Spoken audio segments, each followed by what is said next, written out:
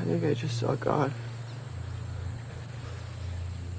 Hello, everyone, and welcome to a bonus Decoding TV episode about the White Lotus Season 3, Episode 8, the season finale. We have just watched it. We didn't have screeners. We watched it live with the entire country, and we are here to talk about our thoughts on it, react to it, talk about the plot details. We're going to spoil everything. Welcome to the podcast. I'm David Chen. Joining me today, as usual, for these conversations, she is the film critic and deputy editor at LaneyGossip.com. Sarah Marrs, welcome back to the podcast. Hi, Dave. So great to have you, Sarah. And again, from this point on, you should assume we are going to be spoiling. So, Sarah, let's just get right into it. What did you think of the season 3 finale? It was fine. I made a mistake, which is I watched the screener for the Pit finale before this, and I should not have done that. Because I assumed that was extremely good, and this is... It was very emotionally satisfying, is what I will say. And the White Lotus, I think, I don't really care that predicting. Like, I think a lot of us thought Chelsea was pretty high on the possibilities for being the body. It's sad because she truly didn't deserve it. She really was caught in the crosshairs. But every word out of her mouth in this episode was just like, I'm going to die. I'm too nice for this world. But what just didn't really work is sort of the problem I've had all season is there were major character beats in this episode that I did not think landed totally effectively because the characters were underwritten leading up to the moment. So it was just a little feeling of like, that should have been a bigger deal, and it's not, because the writing for this character was not totally there.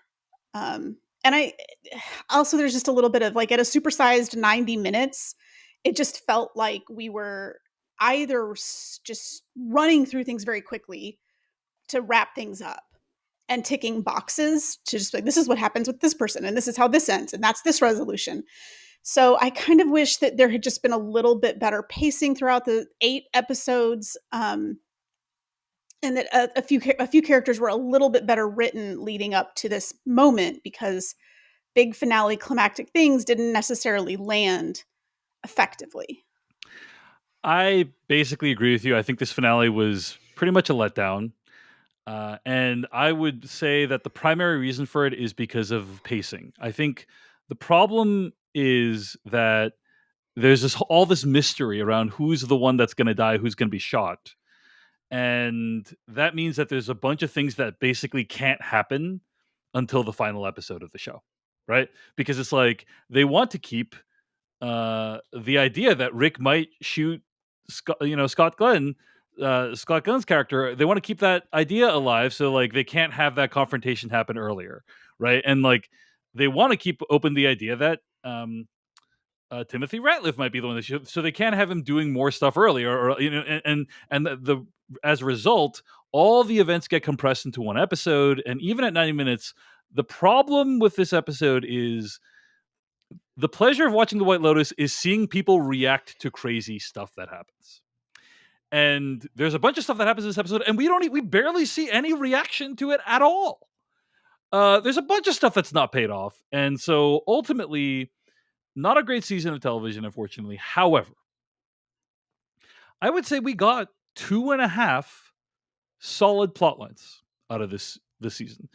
And furthermore, The White Lotus in general, just a very beautiful show, really well made. Mike White's a very talented director, and he's writing and directing all these episodes. And so, like, it's not like it was a pain to watch or anything. You know, I did enjoy the overall experience of watching every episode, but man, you really feel like there was a lot more potential here. And so ultimately, the season 3 finale, I would say, was disappointing.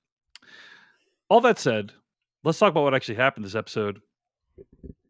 And I want to point out the episode, season 3, episode 8, is called Amor Fati, which, according to Wikipedia, is a Latin phrase that may be translated as love of fate or love of one's fate. It is used to describe an attitude in which one sees everything that happens in one's life, including suffering and loss, as good or at the very least necessary.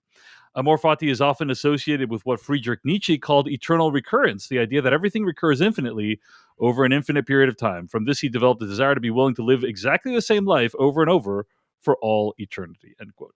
So Make of that what you will. Let's get into it, Sarah Mars. The White Lotus in this episode reached its inevitable conclusion. Inevitable because many people called the correct deaths. We did get some predictions of people saying Chelsea, and many people were predicting Chelsea, and she was one of the people that died this episode. But the finale was about more than just the reveal of the body. It was also about compromises, fate, and the ways in which one person can die outside of their physical body. The most normal conclusion comes to the girl group as Jacqueline, Laurie, and Kate share a moment of genuine friendship and love. After Laurie's wild night, she concludes that her fulfillment comes not from religion or her job or even her family, but from her friends. The women share a genuine moment of bonding, and finally, we get to see them at their best as friends who have been through life together with all its ups and downs.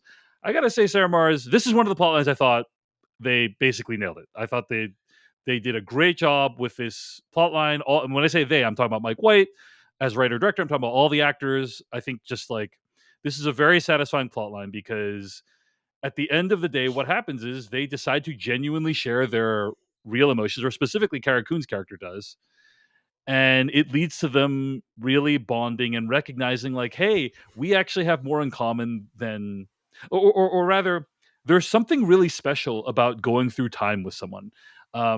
You get this with like siblings, right? Like when you are born, your parents have already made it through multiple life stages. When you meet your mate, they've already also gone through multiple life stages. Like, but your siblings are the people who have like been through everything with you, and a lot of that is also like your friends. And it seems like these women have a lot of history, probably like decades of history. And there's something really special about just moving through time with people. And ultimately, that is more meaningful than a lot of these petty squabbles. And I was genuinely moved by this storyline. Sarah Mars, what did you think? Yes, I agree. This was one of the storylines that worked really well, and I think the resolution was really good. And I also really liked Laurie's conclusion that her fulfillment comes from this lifelong friendship. Um, because I do think there is something to the idea that like your work can't be the thing that fully defines you, and even family, especially for women who are told that being a mother is the end all be all thing. And she's like, but that actually hasn't totally fulfilled me either. And it's like, yeah, those are pieces of the pie. And I liked that she's saying the conclusion of it all is the thing that brings her this sense of fulfillment that ties it all together is this decades old friendship. And I thought of something Stanley Kubrick said. I'm going to very roughly paraphrase, but he was an atheist and somebody asked him, like, if you don't believe in God, what, brings you fulfillment or contentment with, the universe? And he said, well, you just have to make your own light. And I thought that was Laurie making her own light. Because she actually says, like, religion is not going to be it. Like, Kate has her community that she gets fulfillment from her religious community. And that's great for her. And Laurie says, I'm glad you have this beautiful life. But that's not going to be it for Laurie. And so I did really like that she was saying, it's different for all of us. The thing that fulfills us is different, but what everything has in common is that sense of community, that sense of connection. What grounded Laurie, what fulfills her, are the connections she has to these women who have known her through her life stages since she was, 15, 16 years old. Indeed. I'm glad we're in agreement on that one. So the season wasn't a waste of time, Sarah. Great storyline, great execution. Uh, Again, the one complaint I have about it is that we didn't really get to see them deal with all the wild stuff that happened this episode. Uh, Yeah. You just there, see a shot of them like running away from the chaos when right? gunfire breaks out. And then there's a little bit that kind of, if you blink, if you miss it, on the Yeah, on boat the boat where leaving, yeah, where they're hugging and clinging to one another. But again, like, if you didn't sort of just look in that direction, you very easily could have missed yeah. that. Uh, so that's the only bummer about it. But otherwise, this was a great subplot this season. Meanwhile, Piper returns home to her family and admits, just as Victoria predicted, that she was incapable of living in the reduced conditions of the meditation center. I'm going to pause here and just say that the scene where she kind of confesses this, it is a great scene because Parker Posey is amazing. But I think that Piper is an extremely underwritten character this season, like woefully underwritten. And it's essentially like the same scene as Rachel, played by Alexandra Daddario's character in season one, like going back to Shane at the end of. Oh no, Rachel is way, way, way, way, way, way, way sadder. Rachel Well, I walled think herself into a terrible, lonely, depressing marriage. Like Piper for might be okay. yeah, but I guess it's the same dynamic of like a wealthy person choosing the comforts of wealth over like other things that Yeah, they might find more spiritually fulfilling. However, that outcome of the Rachel storyline made like way bigger impact in season one than this did. Just because Piper is just barely there as a character. Like I could not tell you like three adjectives about Piper. I just think there's virtually nothing there as a character. What do you think, Sarah Mars? I agree. I think Piper was very underwritten, and this is one of the moments that didn't fully work. I mean, great acting from Sarah Catherine Hook, the actress who played Piper. Great acting from Parker Posey. And in that moment when they're having that scene, I was like, the casting is especially good because Sarah Catherine Hook does kind of look like she could be Parker Posey's daughter. So there's like a very believable quality to them as a mother daughter pair. Yeah, And I uh, just thought they were so dynamic together, but Piper was not well written. And so when she's like, I can't do it, it just, it it, was it it nothing. comes out of nowhere. It comes out of nowhere. I will say Parker Posey's reaction shots though were incredible. Like just she's clearly like bursting with joy during this whole thing, and I did appreciate that. But yeah, not a very good payoff for the Piper storyline, unfortunately. Yeah. Lachlan confesses to Saxon that he helped him out that night because Saxon seemed left out of the threesome, and Lachlan's just a people pleaser. Like that's his biggest crime is he just wants to make people happy. So anyway, Saxon tells him no one else will make him a man. I mean,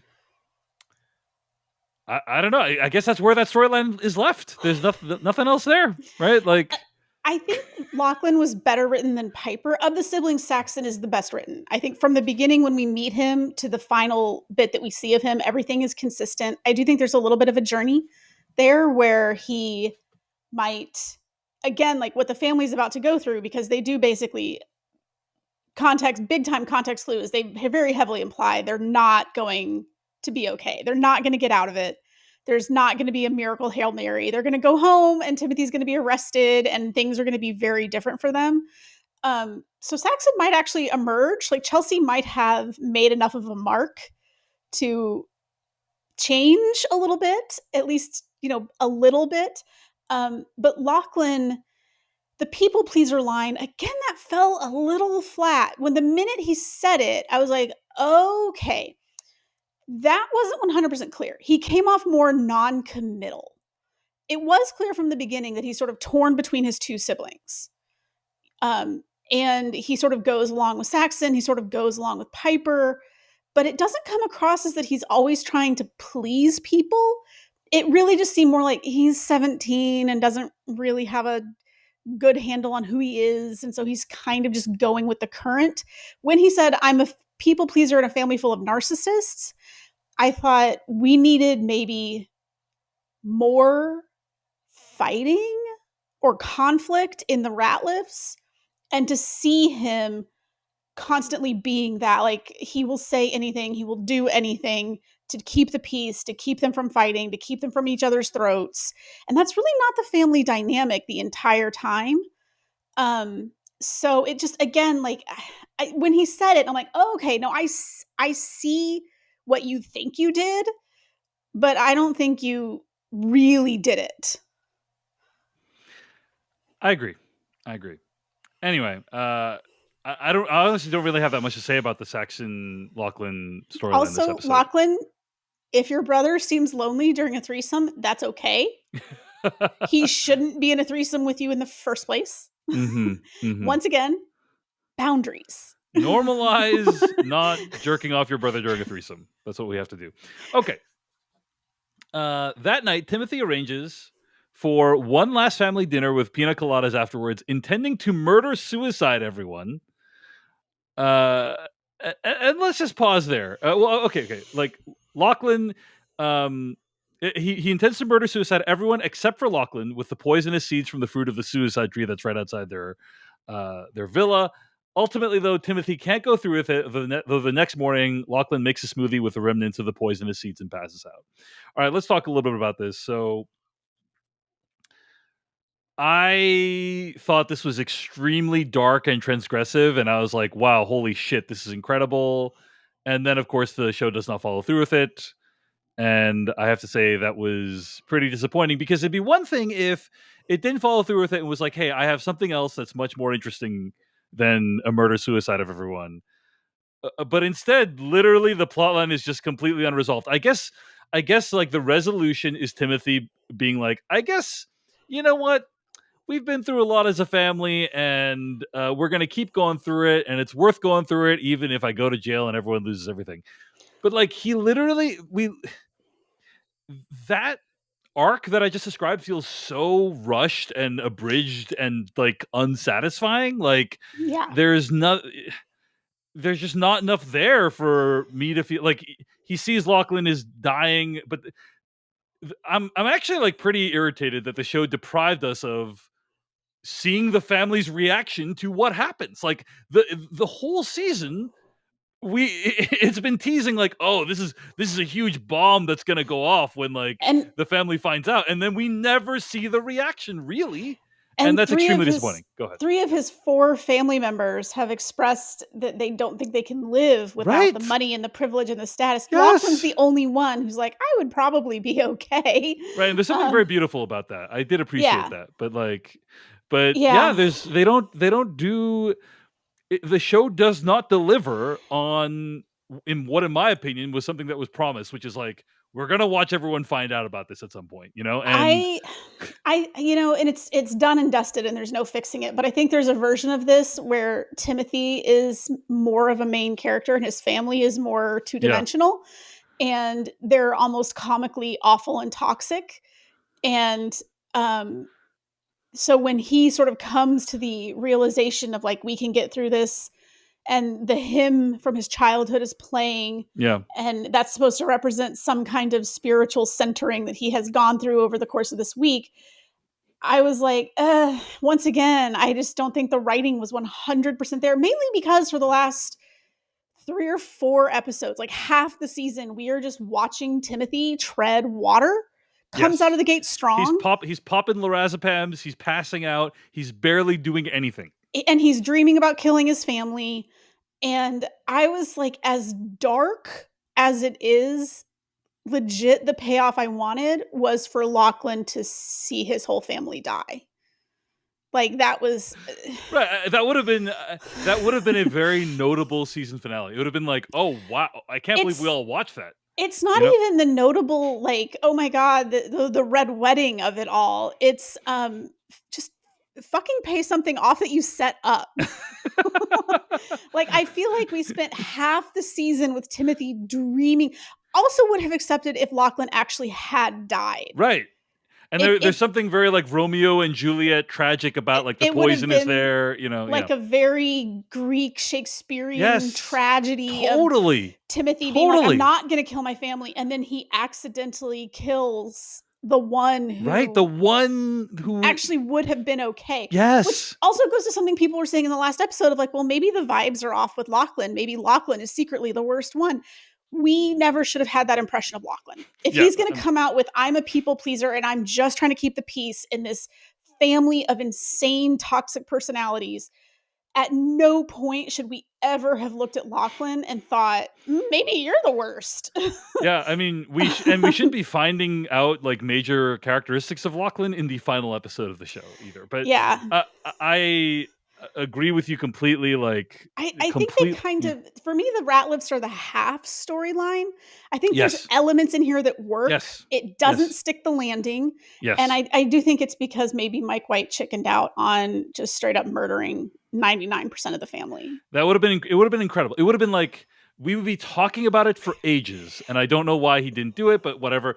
I do think that I just want you to know, Sarah Mars, as I was watching this episode, I was thinking about your prediction that Timothy Ratliff would get off of this thing scot free, and I was flashing back to the Frank Darabont film, The Mist, Have you seen The Mist? So, extreme spoilers for The Mist. If you don't want to know the ending of The Mist, tune out. But The Mist has one of the darkest endings of all time, where uh, all these people in the car, like, they're like, hey, rather than being taken by the aliens, let's all just kill ourselves. And so they all kill themselves, except for Tom Jane's character, who is the last one. And then right as he's about to do it, he realizes, hey, guess what? The government is here. They're here to save the day. People didn't need to kill themselves after all. And I thought there was going to be this thing where, like, they all kill themselves, and then, oh my god, you find out that Ki Hui Kwan actually died off screen, and there's nothing going wrong. And I was like, this is going to be like one of the darkest things I've ever seen. Nope, none of that happened. I was actually thinking up to about the 50-ish minute mark of this episode. I was thinking, like, or whenever it was that Lachlan ingested the poison drink. Yeah. I was thinking, like, oh, he's going to murder suicide his family except for Lachlan. Yeah. And Lachlan's going to get his phone. Yes. And there is going to be some revelation along the lines of, actually, your dad's not in trouble. Right. Or the trouble is not as critical as we initially thought. And there's like some like, oh, now Lachlan is the sole surviving heir of the Ratliff family, and Timothy did all of this. And actually, I really thought that's the direction we were heading. And again, like, I think you can turn left and you can make surprises, and you don't have to necessarily fulfill the thing. But with the Ratliffs, I'm like, certainly not our what is it, fan fiction. We're just writing fan fiction here. Like, I just think something in the Ratliff storyline did not fully click into place. And so when they're on the boat going home, and Timothy's like, we're going to be fine because we're going to be family. Fine. The conclusion is we're going to be fine as a family. It's like, that is completely unearned.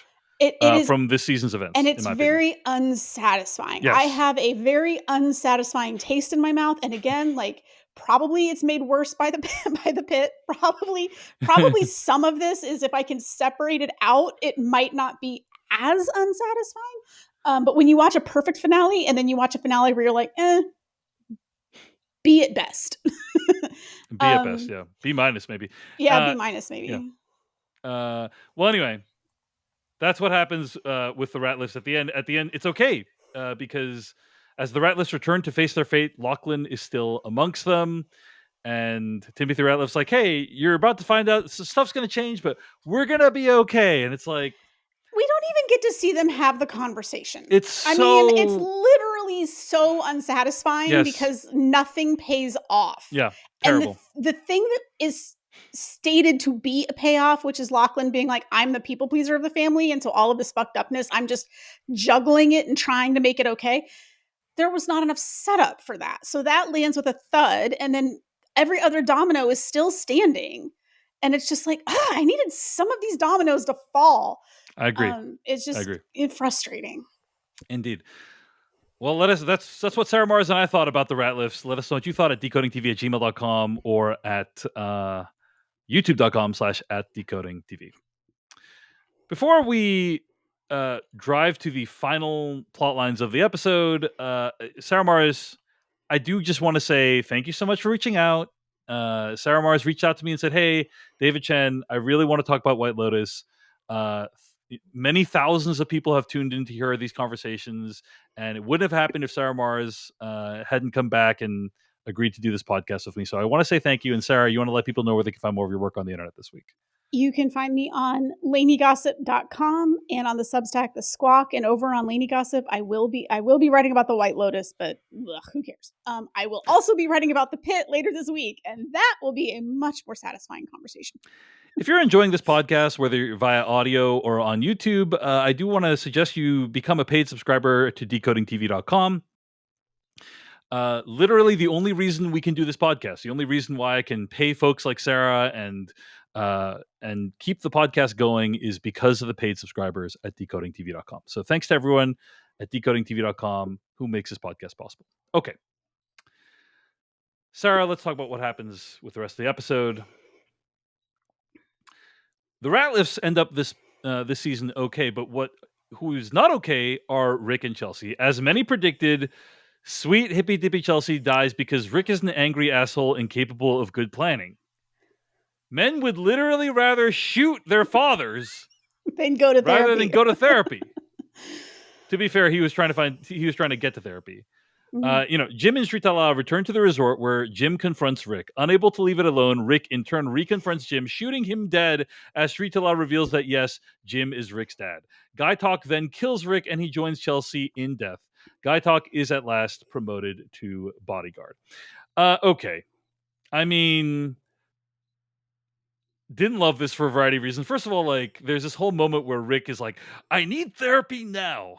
I need therapy now, or else I'm going to shoot people. And it's like, I think that therapist was actually drawing very healthy boundaries, but the way that it's depicted, it's kind of like she's to blame Yeah, for the mass shooting. don't make this her fault. Right. Don't make her responsible for Why Rick's even do that? actions. Like, why even have the therapist in there at all? Like, there's no reason to have that character in there. So like I yeah. think there had to be a justification for Rick going back to the resort because he just as easily could have called Chelsea and put her on a plane to Bangkok Hmm. or put her on a plane back to wherever. And there was no Right. real material reason for him to go back to the resort, except that maybe he really wanted to see that therapist one more time. Yeah.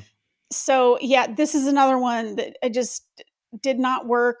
Lots of pacing problems throughout the whole season leading up to this. And I really think Guy Talk's spiritual death is the real tragedy of the season. Yeah. And Yeah. he is such an afterthought character that it doesn't work. I get it. I see the blueprint, and him killing Rick is very sad. I mean, sad that Rick is dead, but also from a spiritual perspective for Guy Talk, who is a devout Buddhist and did not want to harm anyone. But it was made pretty clear to him that Mook was not going to go out with him unless he was upwardly mobile and getting a better paying job and a higher status job. And so him giving in to those, temptations and literally pulling the trigger, and thus is his spiritual death. The final image of him in the sunglasses in the car should have been gutting. Should have I been mean, chilling. Yeah. it just should have been absolute, like, rock your world. Oh no, this is the worst outcome. And it just didn't really feel that way because we didn't care enough about Guy Talk because he just wasn't a well-written character. I think it worked a little bit better than what you're describing. For me at least, I thought I was like, "Oh yeah, that is a very dark outcome for that character." That's about the level of emotion I felt watching Guy Talk's Fate was like, that is kind of a dark outcome. But I think you're right. It could have it could have been done a little bit better or been more fully fleshed out, and I would concede that that's the case. Uh and look, the reveal that like Jim is Rick's dad, I mean, we all predicted it. The way it's revealed is so anticlimactic and unsatisfying. It Like, didn't even come from Jim himself. He's your father. He told me. He's your father. right. We didn't even just and people will be Jim like, subscribes to the Darth Vader school of revealing that it's like, Darth Vader killed your father. And it's like, from a certain point of view, he did. It's like when Jim is in the restaurant and he's like, your mom lied. Your dad was not a nice guy. And it's like, he's actually talking about himself. Anyway, yeah. very irritating. Go Well, ahead, Sarah. I know sometimes people will be like, "Oh, they're subverting the trope." And it's like, okay, but a subversion works best in contrast to other tropes actually fulfilling. And I feel What like, is the trope you're referring to? What are you talking about? well, I think in this context, it would be having the actual confrontation between Jim and Rick, where Jim is the one who reveals he is Rick's father, and they actually have that moment between each I other, see. and not when Rick is dying. And I know there are people who are like, well, it's subverting the trope because, like, none of what you expected didn't happen. And it's like, okay, but sometimes when you're telling a story, you make things satisfying for a reason. I don't actually mind them subverting the trope. Like, the thing that honestly really bothered me is we get almost no time with Rick after all this stuff has happened, right? Because Yeah, again, it's he very he fast. he realizes he shot his own dad.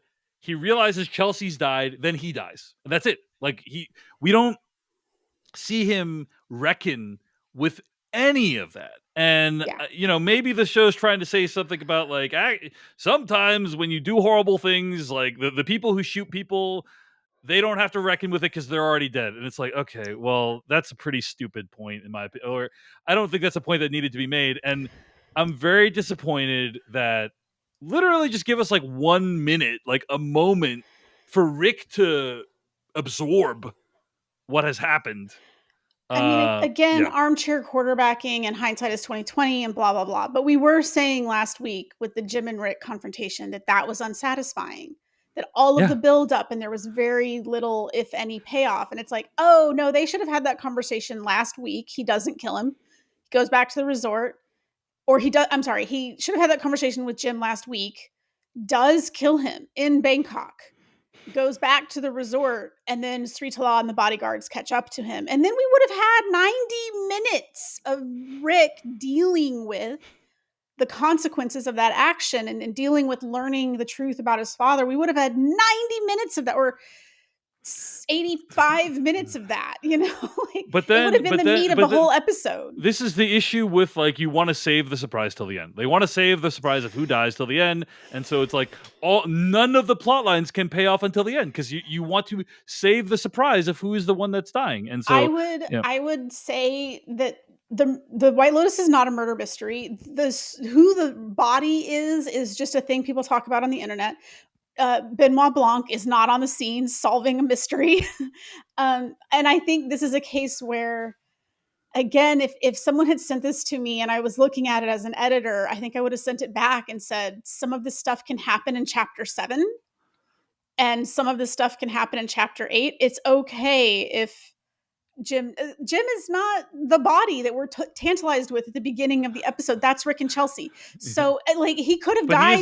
He is a body. He's a body. Yeah, I'm just saying, like, pacing was a real problem. And I think the very easy, basic way to solve it on this storyline was Jim and Rick's confrontation in Bangkok they should have had that conversation. It should have been fatal. And the result should have been Rick wrestling with that this whole episode before he himself then dies. So I just that's one way it could have played out. Yeah, but yeah, I agree. Whatever the case is, we had two very unsatisfying confrontations out of this storyline, which was one of the strong, again, very strong going in, and then it just completely peters out and doesn't land in a way that is satisfying. It was just unsatisfying. Yeah, I agree. Finally, Belinda and Zion conspire to extort $5 million from Gary Gregg, who pays her off. Let's just talk about this a little bit. I thought this was actually great. Belinda and Zion going into Gary Gregg's house.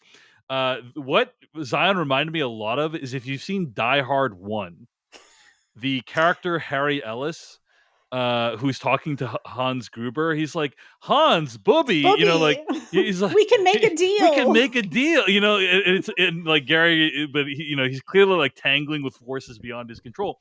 But I thought Zion actually did a great job of negotiating the situation and entering like a fairly dangerous situation and handling it pretty well. And okay, do I believe that he's going to wire $5 million to this woman? Maybe, like, but at the end of the day, I thought like just how that all played out was delightful and actually kind of funny, you know? Oh yeah. So this was also one of my favorite storylines from the season. I think this one worked out completely. This is one that was paced perfectly. Perfect. Everything paid off. Everything landed. I loved that Zion specifically comments on the view from Gary Gregg's house. Specifically says, what a beautiful house, what a beautiful view. So he's still capable of seeing it. But I did think this worked out great. I loved Belinda's heel turn. I mean, again, spiritual death, that she takes the money and then she does to Pornchai what Tanya did to her. And now I'm like, justice for Pornchai. Pornchai should be in season 4. He needs to go on his own redemption journey. But I just thought, again, like, that landed. That was an absolute kind of chilling gut punch moment of like, oh, she has become the thing, the bad thing. Like, money had this deleterious effect on her. And it was sad. I wanted to fist pump Belinda getting her own and securing her bag, but honestly, it was just sad. And that was beautiful. Like, that was great. I agree, and even with the parallel of like all the people waving on the White Lotus, now she has become the person on the boat sailing away from the people at the White Lotus, which is what everyone in her station wants to do. And yeah, I thought it was very satisfying.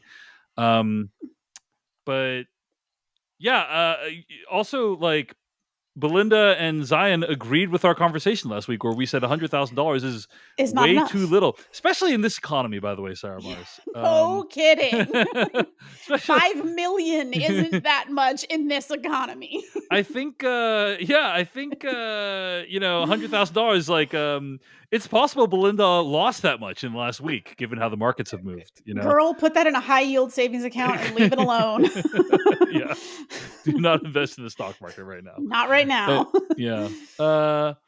But anyway, any other thoughts on this storyline? I will say I thought that Belinda's heel turn I thought was pretty believable. Like, oh yeah, you know, she was clearly tortured about it, but then like there's that moment in the hall where she's like, okay, now go in and close this deal, and you realize she's like transformed, and the money and the idea of the money has gotten a hold of her. And I agree, it's very dark, it's very well done, and Natasha Rothwell is a great actor. It became a life-changing amount of money. $100,000 was not going to change her life, and she knew that. But $5 million is going to change her life. And once it becomes that life-changing amount of money, I think she even says in the episode, like, can't I just have this? Like, you know, can't I be just rich for 5 minutes? Can't I just be rich for 5 fucking minutes? Yes. Well, she has felt like she comes in saying she's had a rough year. And we know from the first season, she had the rug pulled out from underneath her when Tanya didn't invest in her spa. And she now has the kind of money that she can set herself up in her own business. She does not have to work at the White Lotus anymore.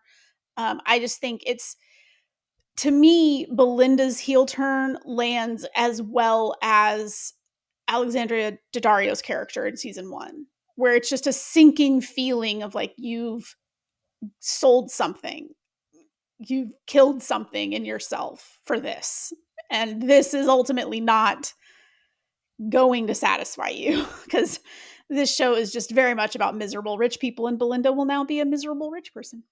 Although I have to say, she's what, like in her 40s, maybe pushing 50. It's Natasha Rothwell, so beautiful and glowing. I haven't Googled her age, but she's got a son in college, so let's say she's in her 40s. She's in her 40-ish to 50-ish.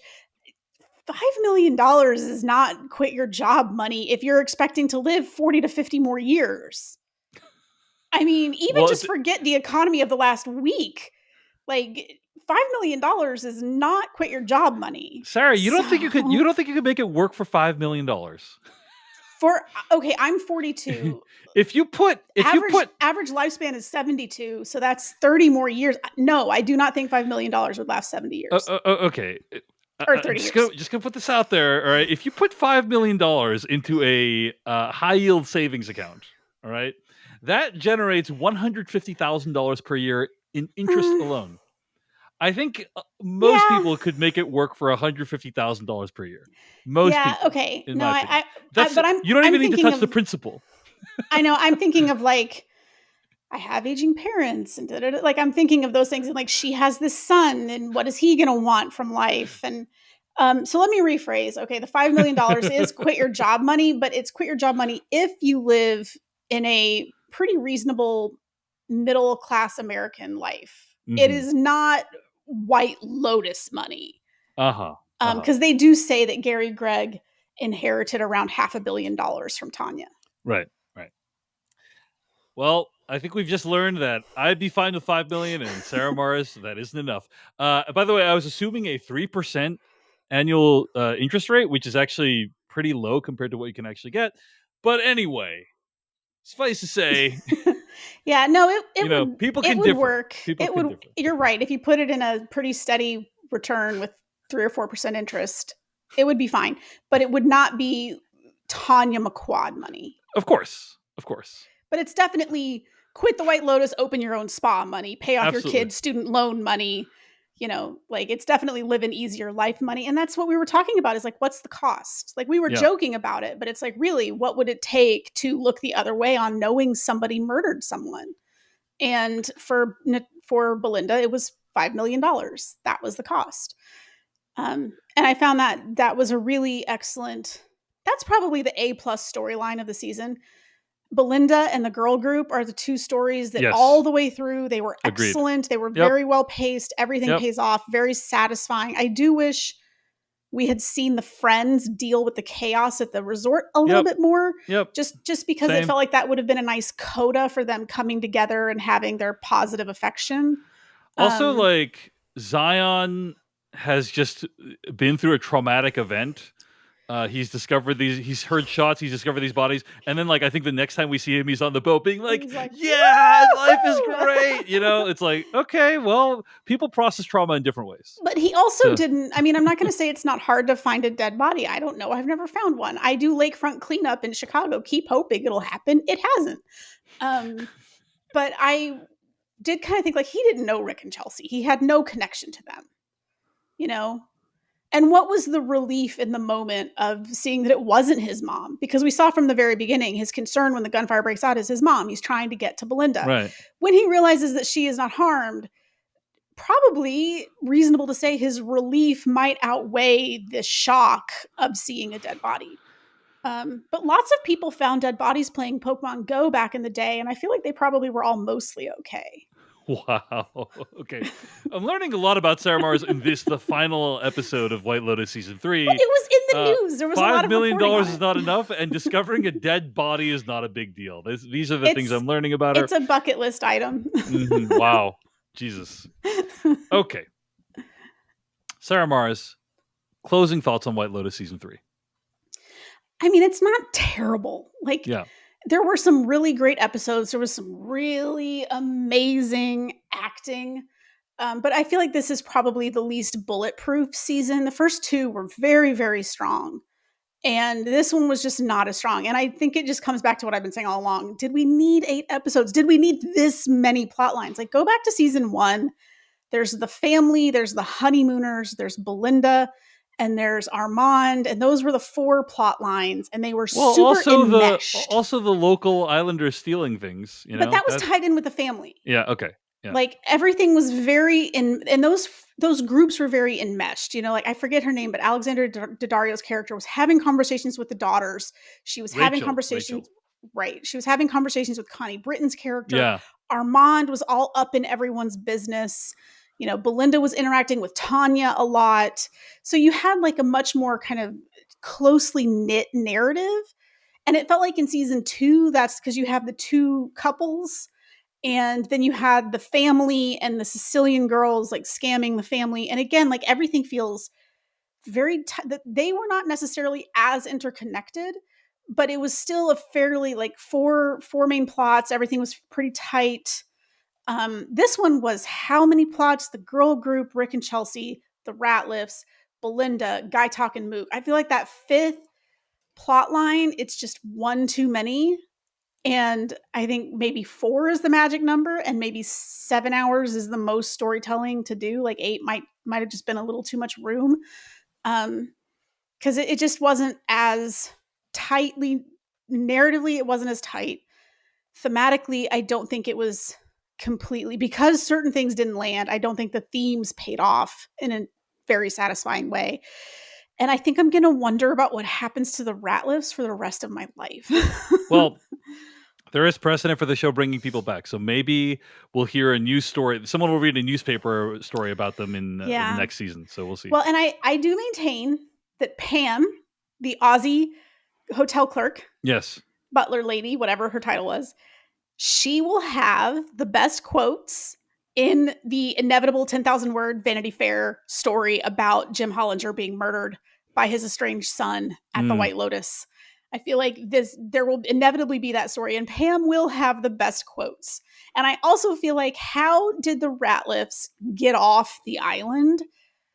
How did they pay? Did we not hear that the accounts were frozen? And I'm like, did they pay in advance? Like, if it's an all-inclusive resort, did they just... They paid in advance, Sarah Marrs. But they're also implying that Victoria's buying jewelry in the boutique for Piper. And I'm like, how are you covering? And Timothy's even looking at her, but I was expecting to see the card decline. You know, like I was like, Timothy's looking like he's expecting to see this is the moment when they learn because the card's going to decline. Apparently it didn't, or maybe they didn't buy anything. We don't really know because it just cuts away. But I do feel like, I guess they must have just paid up front. I feel like most of the time they just ask for a 50% deposit and you pay the rest when you leave. Yeah. But I'm like, how did they get off? Or did they feel like Lachlan ingested the fruit of the poisonous tree and we just have to let these people go? Although I feel like Pam would have been like, but I saw him the day before holding one of the fruit and he was asking me about it. And I told him it was extremely poisonous. Like, I have a lot of questions about how the Ratliffs got off the island. Or follow me on this, Sarah Marrs. Lachlan did die. And everything that happens after that with the Ratliffs is his vision of the afterlife. You know? Well, I will say credit where credit is due. The sequence of him in the pool and seeing the four figures, that was beautifully done. Gorgeous cinematography. It was very beautiful. There is a theory on the internet that Dr. Odyssey, the extremely goofy but fun nighttime soap opera starring Joshua Jackson and Don Johnson, it's a cruise. Every week is a different group of cruisers. Every week is a different theme. And there is a theory that it's purgatory, that the boat is purgatory, and that they are ferrying the dead to the afterlife, that their week on the cruise is sort of they're working out their issues and resolving whatever they need to resolve to move on. I don't think that's the case, but I love it as a theory. And I did have the thought watching The White Lotus tonight. I was like, could The White Lotus be a purgatory and all of these people are actually just dead? And they're coming and going from a purgatory situation, and they're leaving on the boat into the beautiful sunset, and they're going to go on to their afterlife? Probably not. But I did have the thought of like, The White Lotus is a kind of purgatory. I believe there is this concept in Buddha of the four figures. And so for those who are curious, like what those things were, I would look that up. I'm not an expert, so I'm not going to speak on it, but just so you know that there is like some more digging that you can do there if you're curious about Lachlan's visions. But yeah, I agree with Sarah Marrs. I thought this season was really poorly paced, but not terrible. And there were some really solid, great plot lines, specifically the ladies and their whole friendship, as well as Belinda's plotline.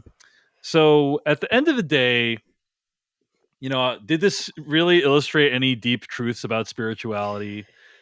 I don't know. I think what so. If anything, what it does illustrate, I think, is like the conflict between spirituality and capitalism. I think that's definitely and spirituality lost both times, 3 times, because Chelsea represented a certain kind of spiritual, more peaceable, less angry. Like she said, I'm hope and he's anger, and one of us is going to win, and ultimately he won. So there were 3 losses for spirituality. I don't think thematically it worked as well as the first 2 seasons. I think the first 2 really stuck the landing on the first one being about money, the second one being about sex. I think those really thematically paid off and worked. This one, I don't think it completely did. And again, I'm just going to say, like, did Mike White need a collaborator? Now, we know he's not a good collaborator because Cristobal Tapia de Veer, the composer, has been all over the media the last couple of weeks talking about how he's basically quit the show. He will not be back for season 4. His express quote was, "We have had our last fight." He and Mike White did not get along. Mike White actually hated the theme with the Ululus. And so we were saying at the beginning, like, the music is not as critical, key, integrated as well as it was the previous 2 seasons. Now, maybe here's a reason why the composer and the director were not on the same page. But I do think Mike White probably needed a collaborator this season. Agreed. And I actually don't think maybe he had as much to say about spirituality as he thinks he did. Indeed. Well, speaking of collaborators, I'm very grateful to have had Sarah Marrs as a collaborator this season, and we hope you enjoyed listening to her conversations about The White Lotus. Check her out at Lainey Gossip, and also be sure to subscribe to Decoding TV on YouTube, where you may be watching this, or wherever you get your podcasts. We're going to be covering so much television in April. There is too much TV this month. Too much. Specifically, I'm talking The Last of Us. I'm talking Andor. I'm talking The Rehearsal. I'm talking Black Mirror. You know, there's just like a lot of stuff coming. So be sure to subscribe. You'll get conversations about all that stuff. Really appreciate you sticking around. Hey everyone, David Chen here. Thank you so much for watching that video from Decoding TV. If you want to get an audio version of the show, all you got to do is go to podcast.decodingtv.com. And if you want to support what we do, get ad-free episodes of the podcast and also bonus episodes of the podcast, go to decodingtv.com and become a paid member. Of course, you can also like and subscribe for more. We appreciate it. Thanks. See you later.